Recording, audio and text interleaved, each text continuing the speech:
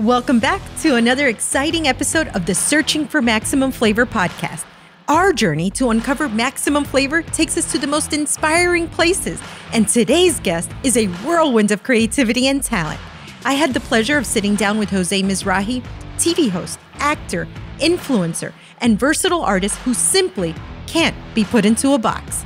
He's been part of several dynamic projects, including MILF Manor on TLC.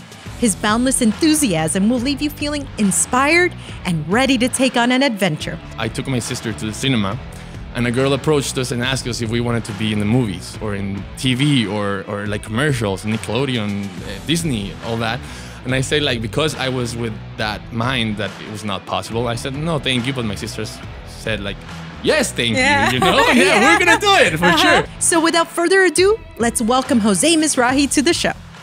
Today, we have here Jose Mizrahi on the Searching for Maximum Flavor podcast. Thank you so much for being here with us today. Thank you. So excited to have such a wonderful actor, TV personality, and fill in the blank. You have so many great qualities about you. Thank you. Thank you, Chef Adrienne. It's an honor and a pleasure being here with you, sharing this table, sharing this space, and being able to communicate with everybody around the world to show the maximum flavor of my life and your perspective as well. Oh, well, thank you. Thank you. Speaking of your life, I want to know about Baby Jose. How did Baby Jose get started on his path to stardom?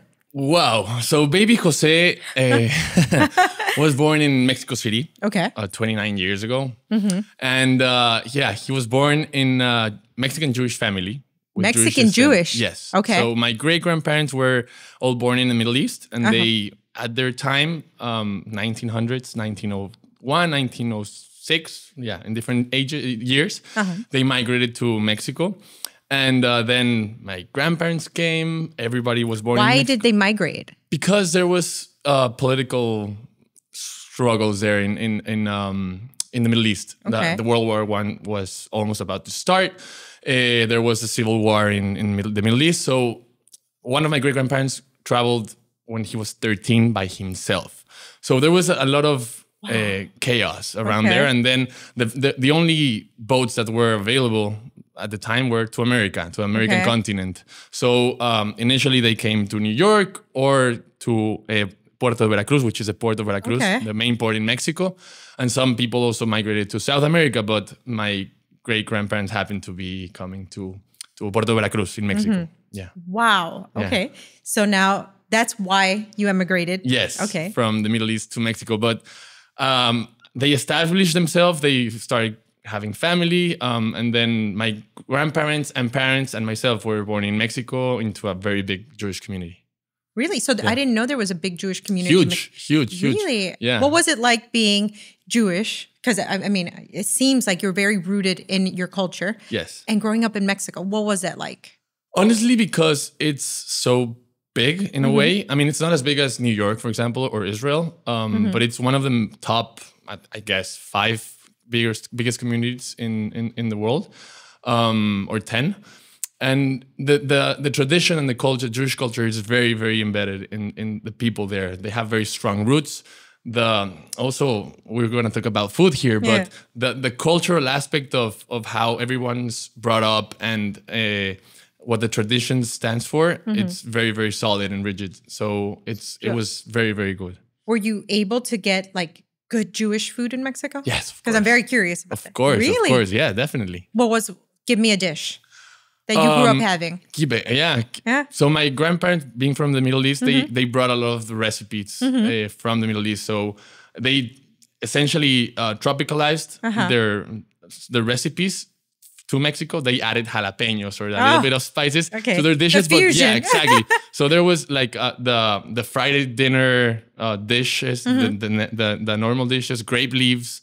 Isn't that the ground meat inside of the grape kibbeh. leaves? Yes. Yeah, I've had that. That's fantastic. Yes, inside of the grape leaves, yes. Yeah, very you good. roll it and it looks like a little tube. Exactly, exactly. That's so delicious. Yeah. I love those. Oh yeah, they're very good. Okay. Yeah. So culturally, the Jewish ancestry is very, very well established in Mexico. And did you come from a family that actors or TV personalities? No, not at all. You're the first one? I am the first one. So what got you there? That did it as a career. My father, when he was around Like when he was around 20, he did he did theater back in Mexico, but not as a career. It was more like a community type of thing. But still, it was in your blood, though. It was in my blood, yes. Okay. I feel, yeah, I guess, yeah. Because sometimes a career is a matter of a choice, but the gift is in you. I guess so. For me, it was more like a path. It found me. Okay. When I came here to the States, it actually found me. And the more I tried to keep on going with my life, I did finance and marketing in college. It kept finding me. When did you cross over from Mexico to the United States? 2010. Okay, so how old were you then? I was 16. I'm 29. Yeah. Okay, so you're 16 years old. You're thinking you're not going to be an actor at this time. No, of course not. Because I mean, in Mexico, with my community being as rigid and as solid as it is, they tend to go more towards the more secure lifestyles, more traditional being professions. Of course. Law, medicine, business, etc.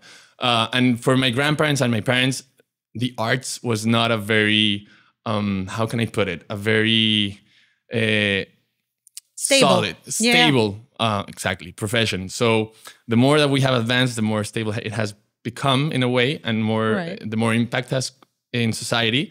So yeah, I mean, at the end, I ended up finding it at the same time that it has found me. But no, when I arrived here to the States, I had no idea that I was going to do this at all. And so when you came over, did you come alone? Did you come with your family? So I came with my mom and my sister. Okay. My father passed away when I was 3. Sorry. No, it's okay. But yeah, it was the 3 of us. And ever since I was a kid, I've loved music and cinema and TV and all that. So I had that, as you said, embedded in my DNA, but I never saw it as a possibility for a career.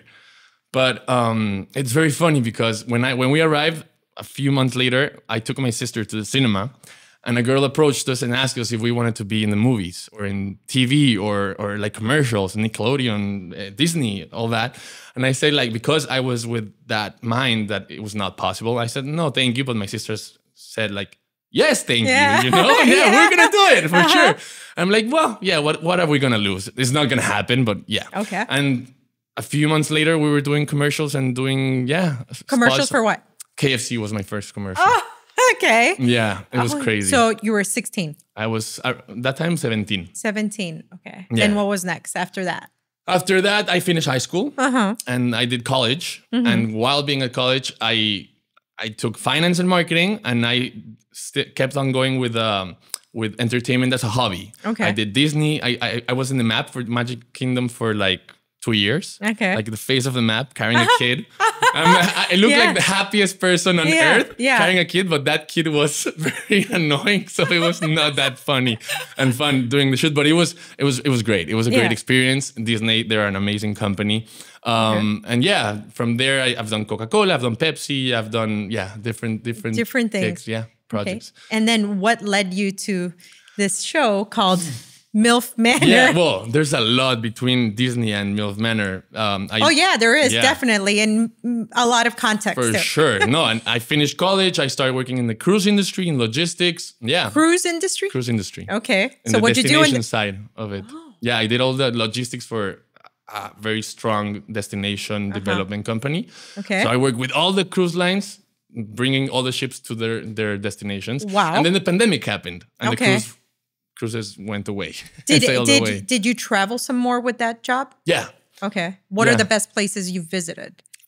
Mainly the Caribbean, because that's where the destinations of that company were. But I mean, I've had the opportunity to travel really all around the world. All around the world. So with that said, what would be the most impactful place you visited that's left like this mark on you, food-wise, culture-wise, or maybe just the striking culture there? I have many of them. I have all day. The first one, perfect. The first one would be Australia, because I did the study abroad and I lived there by myself. So I got to explore the Melbourne in its entirety by myself. And it was very... How old were you there? I was 23, I think. Wow. So very young, out in a 23. foreign country, very far away. Yeah, Oh definitely. my gosh. They have a great food scene. No, they have an amazing culture, gastronomic culture for sure. And the coffee culture there is outstanding. Outstanding. Yeah, Absolutely. One of the things, or one of the moments that kickstarted my career was an Australian cooking competition. No way. Yeah. So I had to work with Australian lamb. I had never heard of Australian lamb. I never heard of even the culinary scene there. And this was back in this was like 2003, 2004. Okay. And they were really making their mark on the culinary scene. And once I tried it, they're like, here, play around with this product. And I tried lamb. And I was like, oh my gosh, this is unlike anything we've ever had in the States. But what's different from the Australian lamb? And the way that they grow, so their grass, their pastures is all organic. It's very sweet. They treat it with respect. They don't, the way they treat the animals in general, you could taste it, the gaminess that most people here are like, I don't like lamb because of that gaminess. Australian lamb does not have that. Wow. It's just sweet. It's clean. That's what it is. Awesome. Yeah. But yeah, amazing. Australia has a very special place for me. And then when I was there, I took the chance of being on the other side of the world, and I went to Asia. I ended up also going to Africa. So yeah, I've had a little. So you've tasted your way around the world. Yes, you're like, yeah, I have. I've tasted everything. Yeah, definitely. And Europe as well. So yeah. In Europe, what's your favorite country in Europe? Spain is one of the top. Okay. My top countries in Europe, definitely. Okay. Yeah. And now to circle back to your roots, Middle East. How about the flavors of the Middle East? What's your favorite? Fantastic. What favorite country or favorite dish from the Middle East? It has to be a dessert, the baklava. Okay. Oh, I love baklava. I absolutely love baklava. Yes. So what's the secret to a good baklava? Pistachio.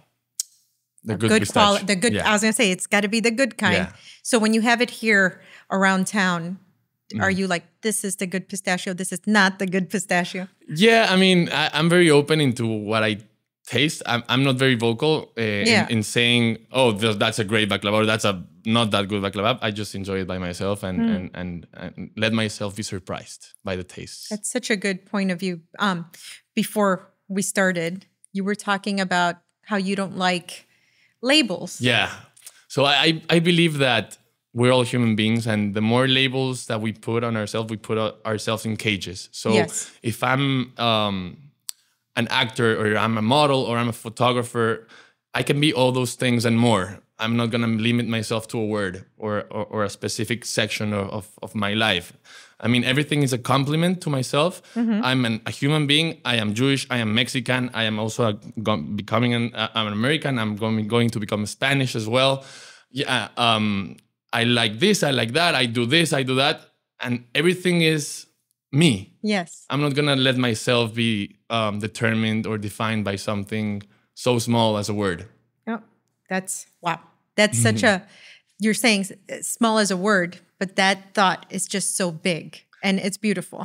Okay, so we've traveled. Now we're Australia. We went to Africa. Yeah. We went to Europe. Okay, and then what brought you back here? Well, I graduated here in Florida International University. Okay. For all the Panthers. Yeah, I'm a Panther too. Okay. Yeah, and after college, I did the cruise industry. And then after that, I started in TV. Okay. I did a reality show, competition show with Telemundo. Okay, called? El Domo del Dinero.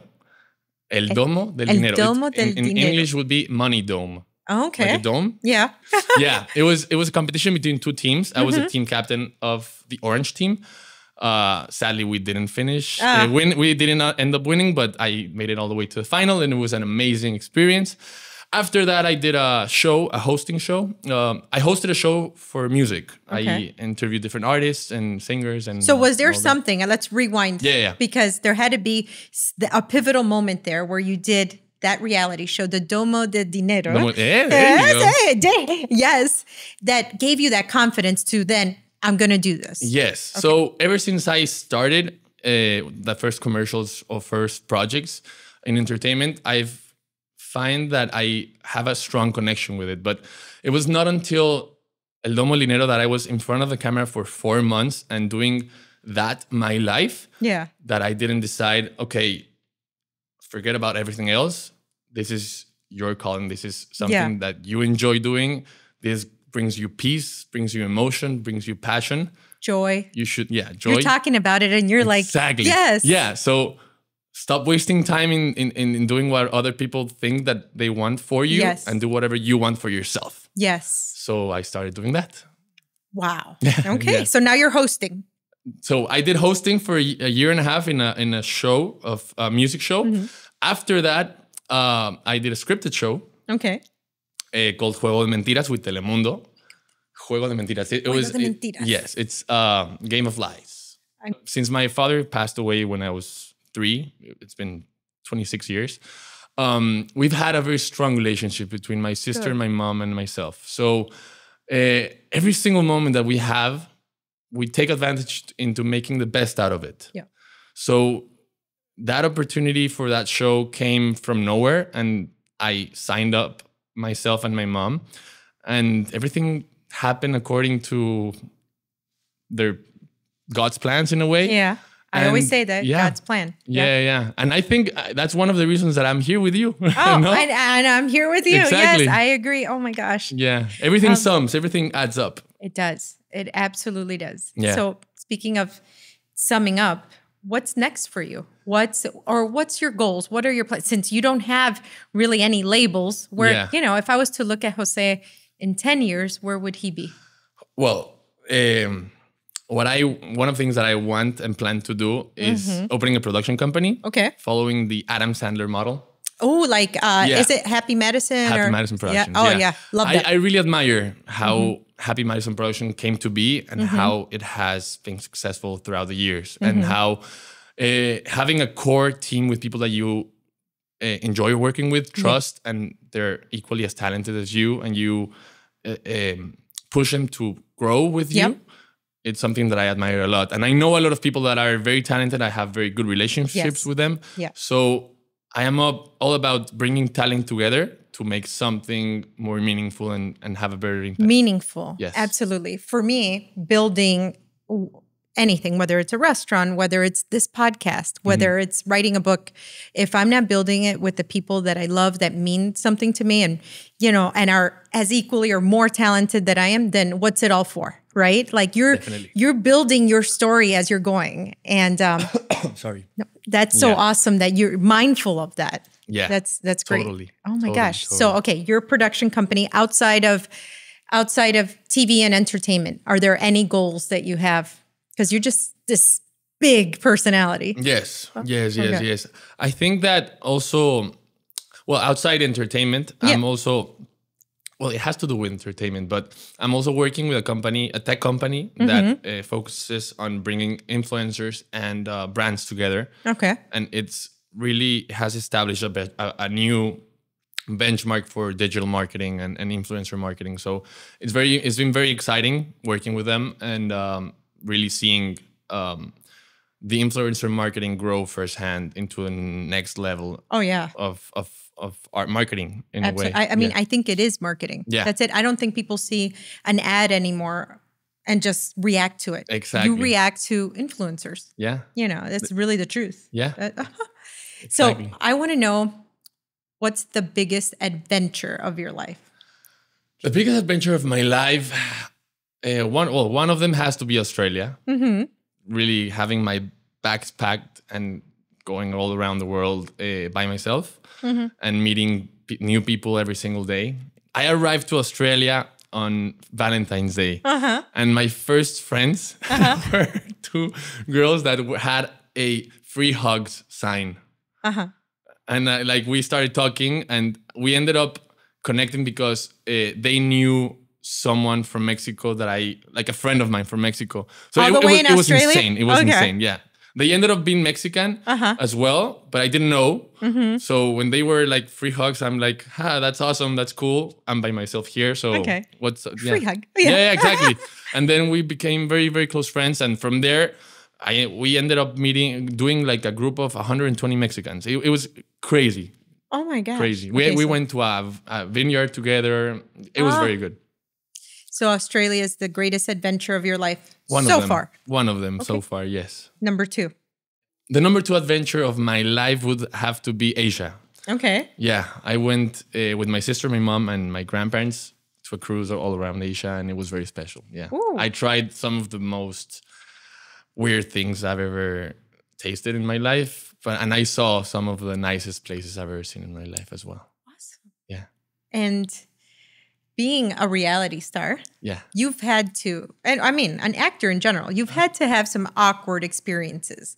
With people? So, with people on set. Can you give me one of the the funniest moments or awkward moments behind the scenes? Something that you're like, oh my God, I can't believe this happened. Yeah. Definitely. Okay. So one that I can think of right now is actually in that Asia trip. Okay. My hair, it's salt and pepper. My hair, I have it like this because of the character that I just did. Oh, okay. Yes, but my hair is usually longer and salt and pepper. Oh. And curly. Salt and pepper, but you're 29. I am. But I'll show you a photo. Yeah, it's very salt and very pepper. Nice. Yes. It's 60% white and 40% brown. Mm-hmm. So one of my funniest stories and moments there was we took a tour and it was Xiamen, China. Okay. And the tour guide, she was super lovely. And after the tour, there was like 10 girls waiting for us to arrive because they wanted to meet me, but I didn't know. So she like texted her friends that to join us in the port right before we went on board. So we took photos, we took videos, and we met each other, and it was super nice. Yeah, but it was nice. And how about like on set? On set, I mean, it's always very fun on set with bloopers and different takes, and especially with action stunts and all that. And this show that I just finished shooting has a lot of action sequences. Okay, so, is it a departure from what you have done so far? Is this a milestone? Definitely, really? It's the first time I ever do a bad guy. Oh, yeah. Okay, so this is villain hair. Yes, it's very villain. It's like super gang. Okay. Yeah, they cut my ¿cómo se dice? Mi ceja. ¿Cómo se dice la ceja? Eyebrows? My eyebrows. Yeah. Okay. They cut my eyebrows. They put rings here. Yeah, crazy. Okay. But there was also a lot of action sequences, and my character's fate is very intense as well. So I don't want to spoil anything. But yeah, it's definitely one of my biggest milestones. Very cool. So we talked about adventure. We talked about how you got here. Yes. Are you ready to go on an adventure with me? Definitely. Okay. Have you been blindfolded before?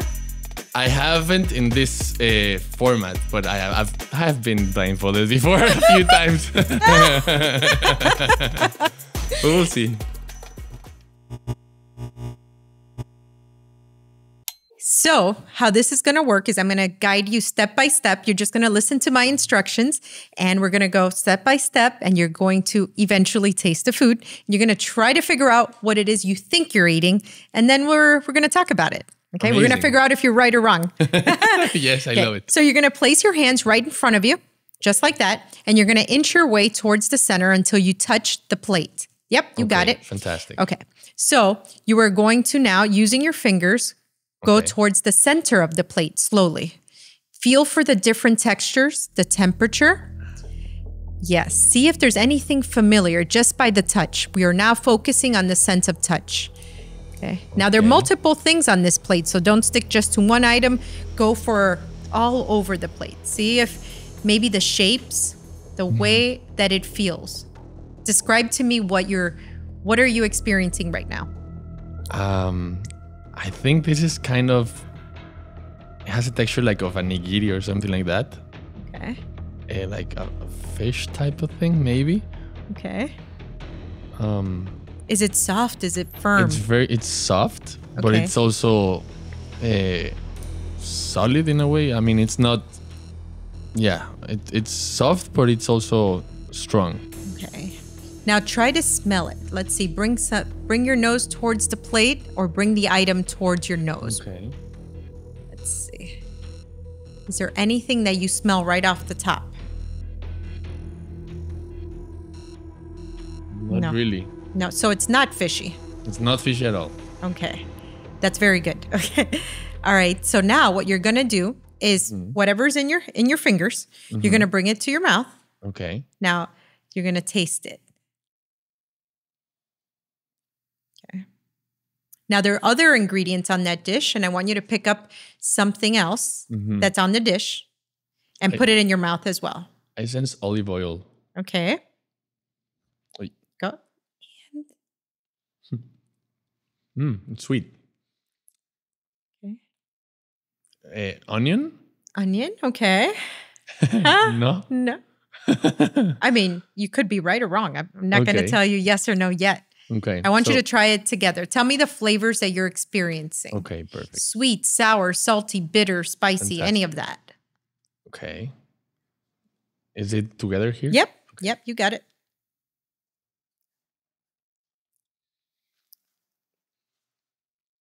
So it's sweet with a little bit of salty. Okay. The texture is very peculiar.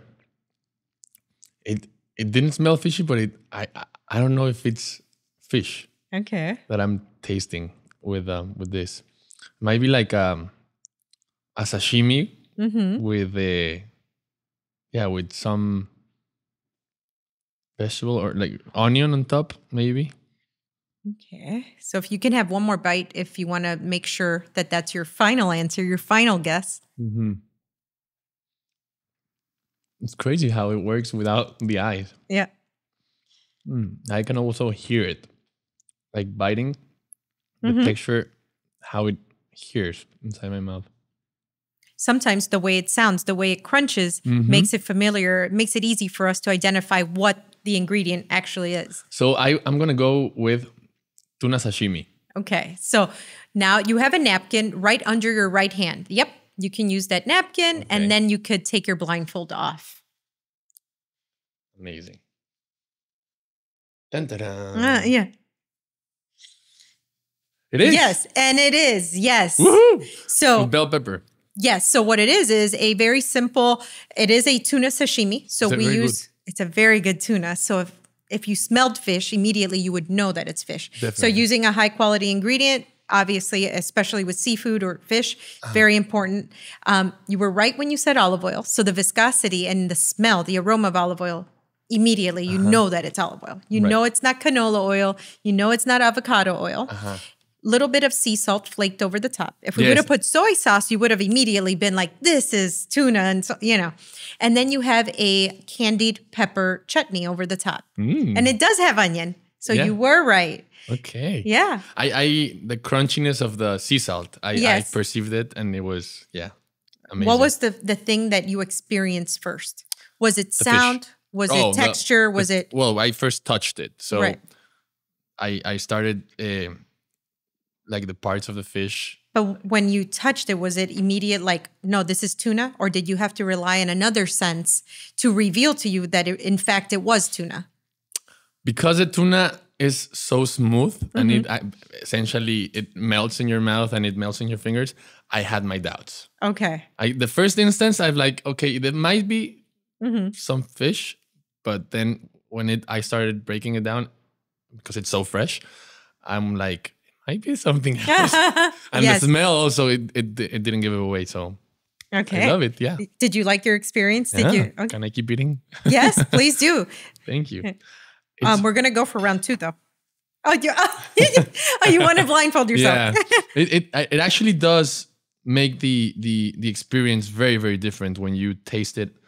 I'm gonna try the different aspect of it because right now when you see it, you go for whatever is more better for your eyes. Absolutely. So I always say when I host dark dining at my restaurant, I always say when you see a glass of champagne is one of the things that all over the world you toast to any like important occasion. You're celebrating a glass of champagne, clink, clink, but you see the bubbles, right? And as soon as you see it, you get that puckery feeling right behind your ear because you know it's going to be like that, like eating sour candy and that effervescent feeling on your palate. Yeah. By looking at that glass, you know that experience that you're about to have.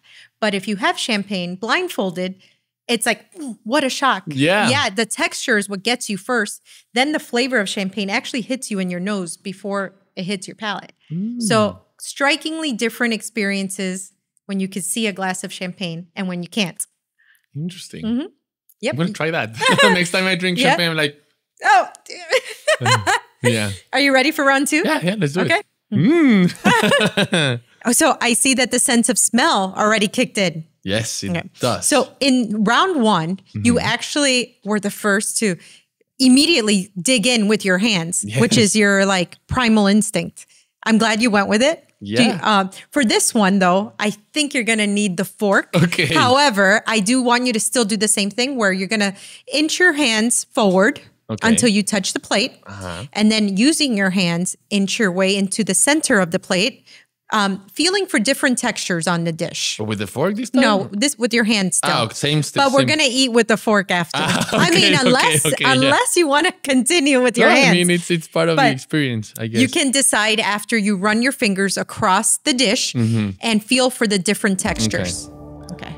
This is warm. Okay. So temperature first. Temperature is warm. Okay. This is a filet. A filet. Okay. Okay. It has a blackened or a crust on top, I guess, or it's how it's cooked. Okay. Okay, this is like a vegetable, I believe. A vegetable. Okay. It's a vegetable. This might be I don't know if it's a carrot or zucchini or something like that. Part of the filet, so the whole filet is here. Okay, you're feeling your way through the dish for sure. Yes. Okay. The filet is on top of a amount of probably vegetables. I wouldn't say rice because I don't feel rice. Okay. But everything is warm and smells delicious. Do you feel confident enough to use your hands, or do you want to use the fork? I mean, I think it's part of the experience, not to do it with the hands. Yes, let's go with the hands. Okay, I love this. Let me break it down first. Yeah. Because of the way it's breaking down, I think it might be fish. Okay. Okay. So break it down and take a little piece towards your mouth. Yes. Smell it first. It might be salmon, if I'm not mistaken.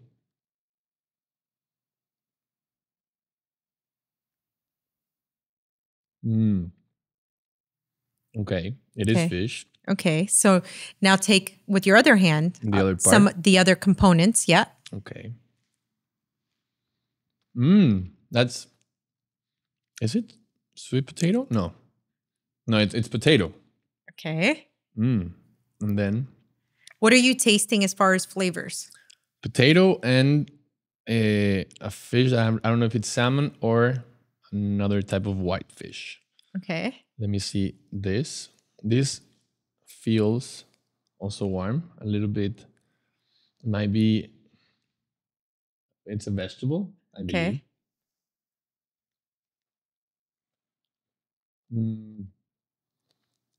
It's not, I don't think it's spinach, but it's. You don't think it's spinach? I don't know. How about flavor wise? Are you tasting salty, savory? It's salty, it's savory. Earthy? Anything? No, it's not dry. It's not dry. But it's actually.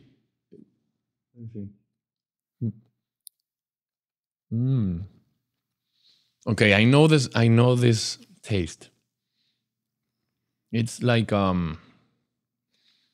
it's not like a coleslaw, but it's from the family of coleslaw, I believe. Okay. And this is definitely fish. Let me see if I can taste the salmon or if it's something like a white fish. When you're talking about salmon and whitefish, is there something for you in your mind that you can tell the difference without looking at it from a salmon to a whitefish? Yes, I think the texture of it and the taste of it. I think it is salmon. Also the skin on top, or the preparation. I don't know if it's blackened or not, but the preparation of it, I think that might be salmon. Tell me about a time that you had a salmon. I think it was in Australia, and it was a bad salmon. Oh, yeah. So when I arrived to Australia, in the first few weeks, I decided to cook in my house. Oh. Yeah, so I cooked the salmon, and I thought that you made the salmon. Yeah, I made the salmon, and I use Himalayan pink sea salt. Yes. Pink Himalayan salt to condiment the salmon. Season the salmon. To season the salmon, I think it was like putting the salmon back in the ocean again and eating it from the ocean because it was very salty. But this is not like that at all. Okay. But yeah, it was a disaster. Oh my gosh. It's very good. Okay, so you feel confident enough in what this is? So I would say it's a salmon fillet. Okay. On top of vegetables. Within the vegetables, it's like there's potato.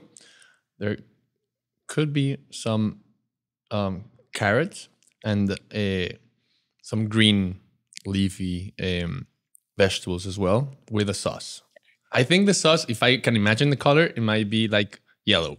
Yellow sauce. Okay. Or, yeah. So at your right hand, about 2 inches downward from your right hand, you're going to find a napkin. There you go. Okay. And then you can take your mask off. Woohoo. And then we're going to see if you're right or wrong. Drum roll, please. Hey, yes. It is salmon. Salmon fillet. Yeah. So you really were able to identify not just the protein, but the cut of protein, which was very, very intuitive, spot on. This is sweet chili garlic potatoes. Okay. So yes to the sweetness. And potatoes, the color. And the of color. The sauce. Yeah. My intuition is it's spot on. And then that's just garlic sauteed spinach. So it was spinach. It was spinach, yes. But we might have thrown you off a little bit because we don't cook the spinach to death. So where it's really familiar, it has a little crunch left in it. So that might be like, oh, wait, no, it may not be spinach. Yeah.